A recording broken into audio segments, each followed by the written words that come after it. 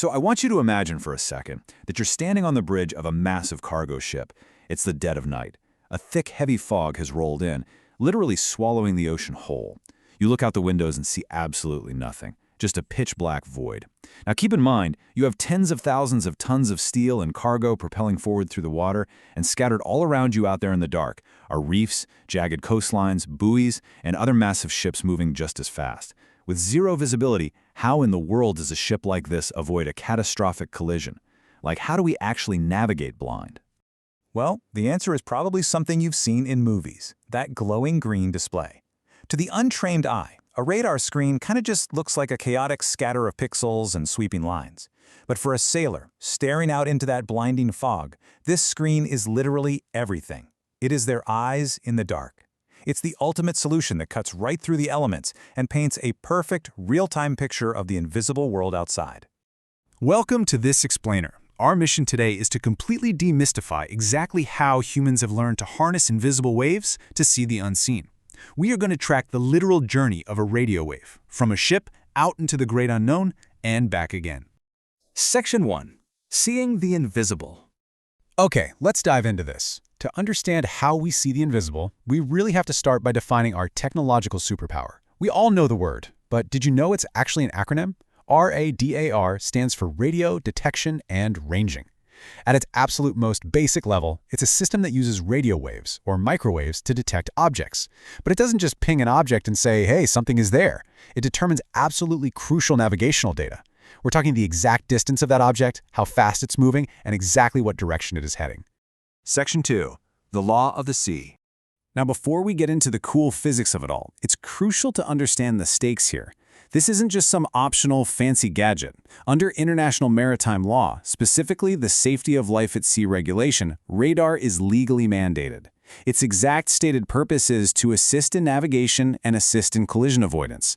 The law actually requires vessels to be fitted with radar equipment that meets highly specific performance standards because in low visibility conditions, this is quite literally a life or death necessity. It's the fundamental tool for enhancing a crew's situational awareness and ensuring safe maritime operations across the entire globe. Section 3. The anatomy of radar. All right, let's transition from maritime law down to the microphysics. We can basically break radar down into two fundamental principles, transmission and reflection. Think of it kind of like a bat using echolocation, or even just standing at the edge of a huge canyon and shouting out into the void. First, we have the transmission principle. The radar system emits electromagnetic waves, shouting out into space. Then we have the reflection principle. When those outbound waves encounter an obstacle, like another ship or even a really dense weather formation, they hit it and bounce back. That's the reflection. It's the shout echoing back to the listener. But making that shout and hearing that echo requires some incredibly specialized hardware. And it all has to work at lightning speed. It starts with the transmitter generating the signal. That signal goes straight to the antenna, which blasts the radio waves into space and waits to catch the returning echoes. Those tiny whispers are then picked up by the receiver to be amplified, passed into the processor, which is basically the brain of the whole operation, and finally translated onto the display for the crew to see. And it's so wild how all those components lock together into one continuous active system loop. If you trace the flow of information, we start with the transmitter generating energy, passing it up to the antenna on the mast, which fires it out as a transmission. It hits the target ship, reflects back, is caught by the antenna all over again, travels down to the receiver to be amplified, moves into the processor for calculation, and then boom, it appears on the display. The really key takeaway here is that radar is definitely not a one-and-done action.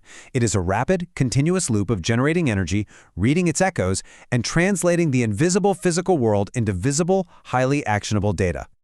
To really appreciate what's happening inside that loop, you can split the entire operation into two completely distinct phases. The outbound phase is basically all about brute force and direction. It's taking raw electrical power, converting it into directional radio frequency signals, and just blasting it into space. But the inbound phase, that is all about extreme sensitivity. I mean, the returning echoes are incredibly weak after bouncing off some distant object. So the primary job of the inbound phase is capturing those faint whispers of energy, amplifying them, and translating them into the spatial data you eventually see on the screen. Section 4. Decoding the echoes. So, we've sent the waves out, and we've caught the returning echoes. But how on earth do we decode them? How do we take abstract, bouncing electromagnetic waves and turn them into a map that actually saves lives? while the crucial point is the translation between the physical behavior of the wave and the actionable intelligence it provides. The radar's receiver isn't just detecting that a wave came back, it is analyzing highly specific physical changes in that wave. It measures the time delay of the echo, the frequency shift of the signal, and the raw strength of the return. Now, to the processor, it's just math. But to the sailor, that math translates perfectly into distance, speed, and size.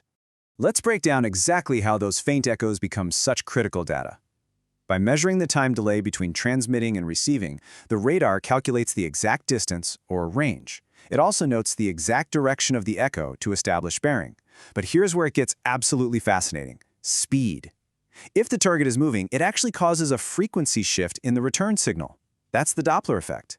By measuring that tiny shift, the system clocks the target's exact speed. Combine all that with the strength of the return, known as the radar cross-section, and you can even figure out the size and shape of the vessel. And to think, all of that incredible physics, all of that insanely complex math is happening constantly, right above our heads. Next time you see a ship, seriously, look up at the mast. You'll almost always see these antennas, just spinning silently against the sky. They are the constant translators. They're up there performing these incredible calculations thousands of times a minute, firing out waves and listening for the faint echoes that keep the entire vessel safe.